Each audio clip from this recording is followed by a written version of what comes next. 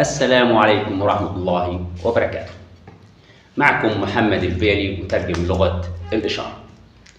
النهاردة هنبدأ مع بعض تعلم لغة الإشارة، هتبقى على مراحل إن شاء الله. هنبدأها مجموعة سلسلة محاضرات، وهتبقى كل محاضرة مكملة للمحاضرة اللي قبل منها.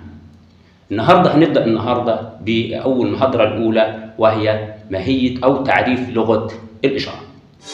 كل خير يا رب خيرك، والسلامة في اختيارك. هو مين سبحانه غيرك، ولا مين غيرك تبارك؟ هنبدأ مع بعض النهاردة نعرف إيه هي لغة الإشارة. لغة الإشارة معروف إن هي لغة التعايش والحياة الخاصة داخل مجتمع الصم. هي لغة بيستخدمها الصم في اتصالهم المباشر داخل المجتمع. هي عبارة عن رموز يدوية خاصة ممزوجة مع تعبيرات الوجه، بالإضافة إلى حركات جسدية.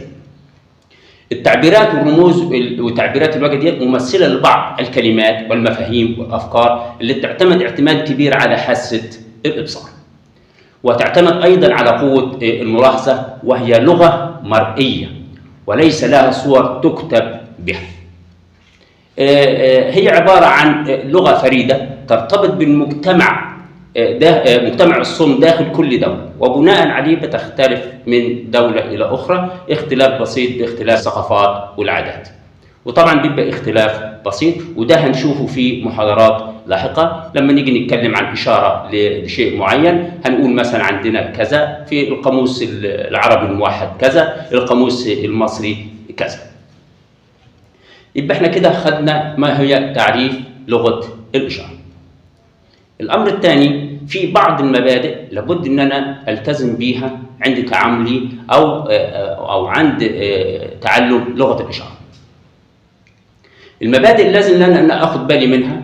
نمرة واحد، وانا بتكلم مع الأصم لابد ان اكون في المواجهة، بمعنى ان انا ما ابعدش عن البصر بتاع الأصم. ليه؟ لأن زي ما اتفقنا من شوية لما حبينا نعرف لغة الإشارة، وهي تعتمد على حاسة الإبصار، وبناء عليه لابد ان انا وانا بتعامل مع الأصم اكون في مواجهة الأصم. تاني شيء، وانا بتعامل مع الأصم اضع لنفسي اطار. ايه الاطار؟ الاطار لا يتعدى الوضع اللي انا بشاور عليه ده، ان هو تبقى حركات ايدي مرئية للأصم. ليه؟ لأني لما ابتدي احرك يمين وشمال فانا بشتت الأصم، وبالتالي لازم اضع اطار ليا ما اخرجش عنه، والاشاره بتاعتي تبقى في حدود هذا الاطار. بالاضافه ان انا وانا بتعامل ما اخليش ايدي تغطي الفم. ليه؟ لان احنا قلنا ان احنا اتفقنا مع بعض لما اتكلمنا على ماهيه لغه الاشاره ان هي لغه ممزوجه تعبيرات الوجه وقراءه الشفاه. حركه الشفاه في بعض الصم بيقرا الشفاه وانت بتتعامل معاه بلغة الإشارة. الأمر الثاني، وأنا بتعامل مع الأصم يجب أن أراعي أن أنا ما استخدمش جمل طويلة أو طويلة التعبير. الجمل القصيرة تصل بسرعة ويفهمها الأصم بسرعة.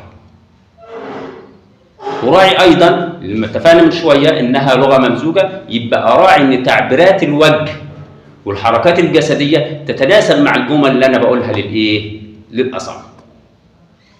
الأمر الثاني، لو أنا لقيت الأصم شت مني يمين أو شمال أو بتاع، أحاول إن أنا ما أجذبهوش من يدي.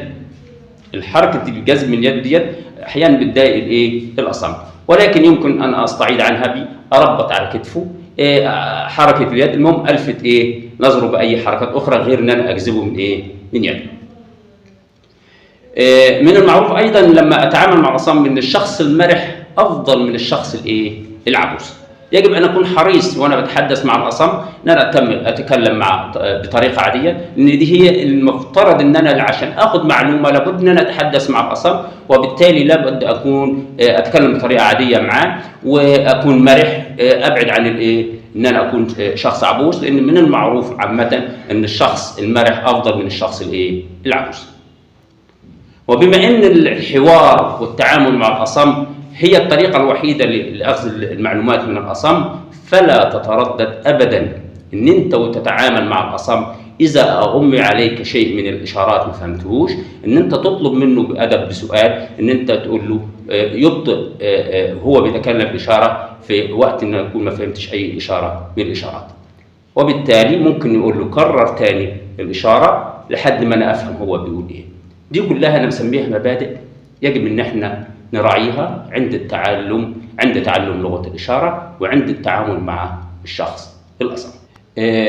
من ضمن المبادئ اللي أنا برضو لازم أراعيها، إن إحنا قلنا إن ما دام إن التواصل هي الطريقة الوحيدة لأخذ المعلومات من الأصم، فدائما لا تتردد أبدا وأنت بتتعامل مع الأصم عندما لا تفهم إشارة أن تسأله أن يبطئ في الحديث معك وهو بيستخدم لغة الإشارة لو حتى تفهم الإشارة، وبالتالي ان انت ممكن تطلب منه بطريقه اخرى انه يكرر الاشاره اللي هو قالها حتى تفهمها. بكده احنا خدنا ماهيه لغه الاشاره ومبادئ تعلم لغه الاشاره بدايه لمن يرغب في تعلم لغه الاشاره.